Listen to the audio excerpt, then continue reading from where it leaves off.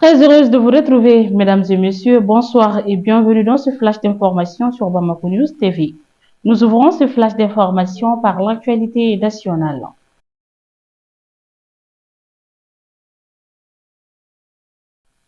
Le mardi 4 février 2025, le ministre de l'Artisanat, de la Culture, de l'Industrie hôtelière et du Tourisme, M. Mahmoud Dafé, a présidé au Centre culturel Corée de Ségou la signature de la Convention de la politique culturelle commune des États de la Confédération de l'AES. Cette cérémonie s'est déroulée en marge de la semaine de la fraternité de l'AES qui se tient du 3 au 9 février 2025 à Ségou. La convention a été signée par les 4 ministres des pays de l'AES, à savoir M. Mahmoud Dafé, ministre de l'Artisanat, de la Culture, de l'Industrie hôtelière et du Tourisme du Mali, M. Penwende Julbert Ouedraogo, ministre de la Communication, de la Culture, des Arts et du Tourisme du Burkina Faso, M. Abdourahmane Amadou, ministre de la Jeunesse, de la Culture, des Arts et des Sports du Niger et Mme Sofiane Ageshata Guichen, ministre de l'Artisanat et du Tourisme du Niger. Cette politique culturelle commune vise à renforcer l'unité et la résilience des États sahéliens en intégrant la culture comme moteur de paix, de développement et de rayonnement international. Toujours au pays, face aux rumeurs persistantes concernant une éventuelle plainte contre l'imam Mohamed Diko, le collectif pour la défense des militaires, par la voix de son secrétaire général, Younous Soumaré, a tenu à clarifier sa position. Nous n'allons pas porter plainte contre l'imam dans l'immédiat, mais si la nécessité se fait sentir, nous n'hésiterons pas à le faire, a déclaré M. Soumaré. Le CDM exprime sa crainte que le retour de l'imam Diko déstabilise le pays, notamment en raison de certaines de ses prises de position politique et de ses liens avec les personnalités étrangères. Le CDM attend avec intérêt la déclaration que fera l'imam Diko à son retour au Mali, prévu le 14 février 2025, avant de prendre une décision concernant une éventuelle action en justice. Par ailleurs, M. Soumaré a évoqué la question des élections, soulignant que le CDM accorde la priorité et la stabilité au développement du pays. Il a appelé les acteurs politiques à s'unir aux militaires dans le processus de refondation du pays. Depuis quelques semaines, la couleur jaunâtre de l'eau du fleuve Niger inquiète la population. Pour évaluer la situation, les ministres de l'Environnement et de l'Énergie, accompagnés de leurs équipes techniques, ont visité la station compacte de potabilisation de la Somagep à Kalabamboukou.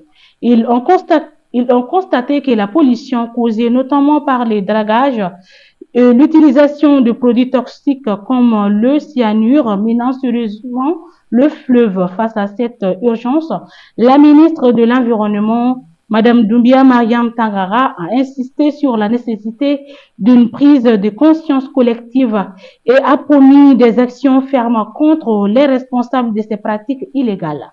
Son collègue de l'énergie et de l'eau, Boubacar Djani, a affirmé que l'État ne tolérera pas ces comportements et envisage de renforcer la réglementation pour protéger ce fleuve essentiel à l'économie et à la vie du pays.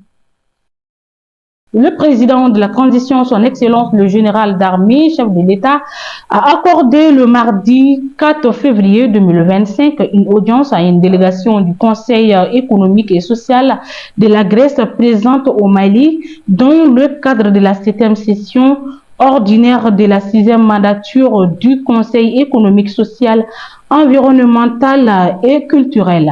La délégation conduite par le président du Conseil économique, social, environnemental et culturel du Mali, M. Yacouba Katile, était composée du président du Conseil économique et social de la Grèce, M.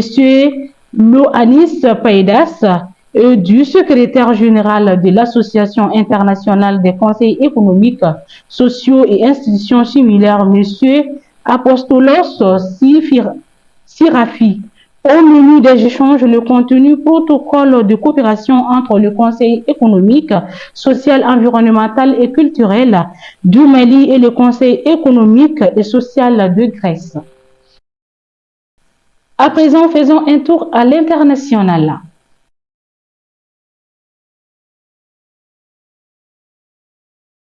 Dans le cadre d'une vaste opération de lutte contre la mendicité et l'occupation anarchique de l'espace public, 124 ressortissants nigérians ont été interpellés en Côte d'Ivoire, composés de 74 hommes, 18 femmes et 32 enfants. Ils ont été transférés à l'ambassade du Niger à Abidjan en vue de leur rapatriement à Niamey. Cependant, cette décision a été mal accueillie par les autorités diplomatiques nigériennes.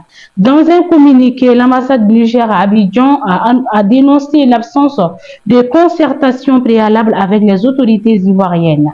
Elle précise avoir tenté de retenir ces personnes pour des raisons de santé et de sécurité en attendant leur départ, mais sans succès.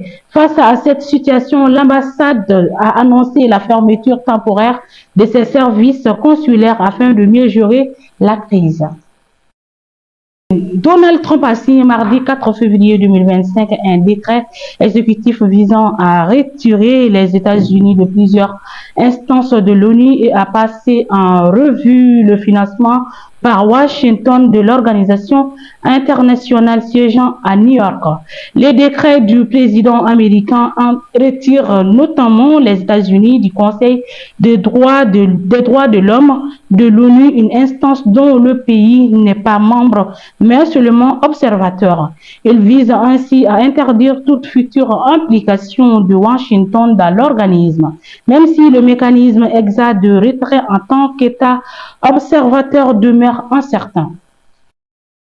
Le ministre turc des Affaires étrangères et son homologue égyptien ont exprimé mardi 4 février 2025 lors d'une conférence de presse à Ankara leurs préoccupations sur les actions du gouvernement israélien après la libération de prisonniers, étant réaffirmé leur opposition aux expulsions des Palestiniens, tout en appelant à une solution à deux États et à la reconstruction de Gaza. Et voilà, mesdames et messieurs, nous sommes au terme de ce flash d'information.